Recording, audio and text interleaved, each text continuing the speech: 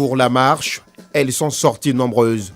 Des femmes âgées aux jeunes filles, en passant par les hommes, tous ont tenu à rendre ce matin un vibrant hommage aux femmes ivoiriennes qui ont marché sur la prison coloniale de Grand-Bassam en décembre 1949 pour réclamer la libération de leurs époux. Cette activité nous permet de nous rappeler de la marche inoubliable qui a fait de Bassam la première capitale de Côte d'Ivoire. Savoir aujourd'hui qu'il y a de cela 72 ans, des femmes ont marché sur Grand Bassam, des femmes qui ont quitté plusieurs contrées de la Côte d'Ivoire et qui se sont retrouvées ici pour une cause noble. C'est très important pour nous, ça nous galvanise. La marche est initiée par la team IBHM, Ivoire Black History Month, le mois de l'histoire des Noirs en français. Une association culturelle de jeunes Ivoiriens web activistes qui célèbre tous les mois de février le patrimoine culturel et historique de l'Afrique.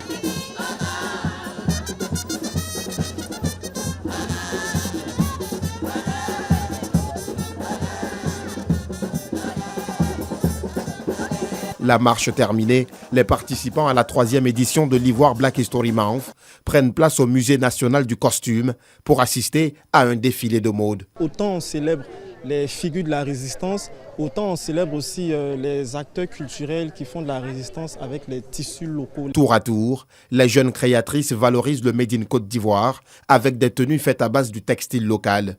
Le public en est conquis. C'est une chose fantastique parce que ça nous permet de voir ce que de jeunes créateurs africains font avec du textile africain. J'adorais le défilé, surtout celui de Quignon, parce que le pagne tissé est très beau, cousu, et puis les modèles qu'elle fait peuvent passer à tout le monde, aux femmes et aux hommes. Tout comme ces jeunes blogueurs et activistes qui valorisent et font connaître l'histoire de la Côte d'Ivoire à travers l'IBHM, la mairie de Grand-Bassam initie depuis quelques mois des travaux pour embellir la place de la paix où sont représentées ces femmes. Tout d'abord un rafraîchissement, des aménagements paysagers, vous l'aurez noté également, mais l'innovation, ça va être également un parcours qui va nous permettre de redécouvrir tous les monuments historiques de Grand-Bassam à travers des plaques qui permettront d'avoir des informations par le biais de QR codes utilisables à partir de nos smartphones pour pouvoir donc avoir des fiches historiques sur chacun des événements et les faits marquants de la ville de Grand-Bassam. Ivoire Black History Month est à sa 3e édition. Les organisateurs s'intéressent cette année aux figures ivoiriennes de la résistance. Un dîner gala prévu dans une semaine mettra fin aux activités.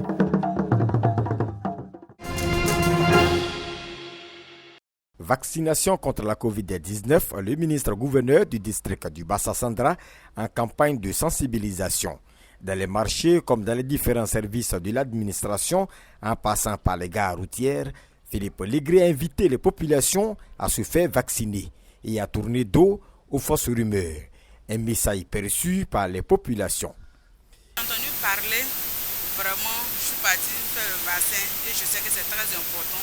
Je ne sais pas que c'était important, mais aujourd'hui je sais que c'est important, je vais le faire. Je vais faire toutes les doses. Moi j'ai fait le premier vaccination. Vaccination est venue à Sandra ici, on a fait premier, on a fait deuxième, donc on attend troisième. Quand on leur demande d'aller se vacciner, c'est parce que le corona existe. On ne se vaccine pas pour quelqu'un qui n'existe pas. Donc on leur demande d'aller se vacciner, c'est pour le corona. Voilà. Ça aussi c'est notre rôle de la sensibilisation pour l'état de santé des populations. En 2021, 1114 384 personnes ont été vaccinées, dont 84 070 pour la première dose et 25 312 pour les 2 doses.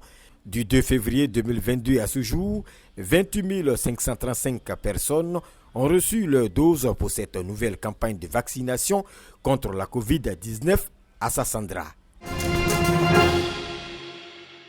Le conférencier Baba Kake, ancien inspecteur en chef de l'enseignement préscolaire et primaire, puis formateur à l'ADREN A axé la formation autour du thème « La bonne pratique du leadership féminin ». 3 grands points, à savoir les styles et les caractéristiques du leadership féminin, les qualités du leader féminin et comment développer le leadership chez la femme, ont été les modules enseignés par l'orateur. Le réseau des dynamiques institutrices de Côte d'Ivoire, REDICI, conduit par sa présidente Emma Nadège Diabagaté, bénéficiaire de cette expertise et désormais outillée, s'en réjouit. Souvent, nous sommes un peu découragés avec les conseils qui nous sont prodigués ce jour. Nous sommes fortifiés et nous pouvons aller de partout, parler à nos frères, à nos sœurs que le REDICI, c'est le mouvement que tout le monde doit militer dans cette association. Il nous a donné des conseils par rapport à la rencontre avec les femmes sur le terrain. Ça nous a fait du bien. Moi, je pars convaincue que sur le terrain, les institutrices de l'ADN Abidjan 4 vont adhérer au REDICI. En marge de ces assises, la présidente a demandé aux institutrices de s'approprier l'outil commun qu'est le REDICI. Il était important pour nous d'organiser cette formation-là pour que toutes ces femmes aient les rudiments nécessaires pour pouvoir vraiment bien mettre en application, je vais dire, toutes les recommandations que nous leur avons confiées. Nous avons un autre objectif, c'est de vraiment installer nos représentantes en inspection pour qu'elles soient efficaces sur le terrain. Né en juillet 2018, le REDICI compte à ce jour plus de 20 000 membres. Signature de convention de coopération pédagogique et technique entre l'Institut national polytechnique Félix Houphouët-Boigny, INPHB de Yamoussoukro, et le géant mondial de l'énergie Halliburton. Une convention qui dégage 9 grands axes dont l'essentiel se résume à la formation et à l'emploi des meilleurs étudiants de l'École supérieure du pétrole et de l'énergie et l'École supérieure des mines et géologie. Un atout majeur pour les deux partenaires. Aujourd'hui, avec la découverte du gisement baleine, la Côte d'Ivoire va amorcer une nouvelle phase de son développement, cette fois-ci dans le secteur pétrolier, et aura besoin de ressources et de main-d'œuvre qualifiée de haut niveau. Donc, nous avons l'École supérieure du pétrole et de l'énergie qui vient spécialiser en fait les jeunes Ivoiriens dans le domaine du pétrole et de l'énergie. Et nous avons beaucoup d'entreprises, donc le groupe Eni qui est à l'origine de la découverte de ce gisement, mais également tout le secteur pétrolier avec des entreprises telles que Halliburton qui accompagne justement la filière d'exploration et d'exploitation dans le domaine du pétrole. Au sein de l'INPHB, on a un master spécialisé qui se déroule en collaboration avec l'Institut français du pétrole qui permet de former sur l'amont et l'aval pétrolier. Cet établissement a été lancé grâce au leadership du ministre Abdrahmane Cissé. Aujourd'hui, nous avons 2 de nos auditeurs qui sont en stage actuellement chez Halliburton. Donc on espère justement que nous allons avoir cette fois-ci pas seulement que des stagiaires, mais cette fois-ci des embauchés, ingénieurs et techniciens au sein de cette entreprise. Halliburton est l'un des plus grands fournisseurs mondiaux de produits et services pour les besoins en constante évolution de l'industrie énergétique. Il est présent dans 70 pays. Décédé le 29 décembre 2021, l'international Guédegba Ignace sera inhumé à Bongouanou le 26 février prochain. Avant l'ultime départ, le ministre de la Réconciliation, Kwadjo Kona Bertin, a rendu visite à la famille de Lulus disparu. Cette visite s'est faite en présence d'anciens joueurs, Abdoulaye Traoré Diben Badi, Tchétché Aimé, Lago Patrice et l'ex-coach des éléphants de Côte d'Ivoire, Yo Martial.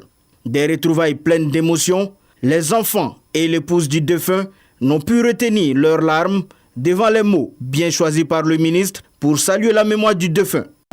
Nous le pleurons. Je suis venu pleurer Guédegba Ignace.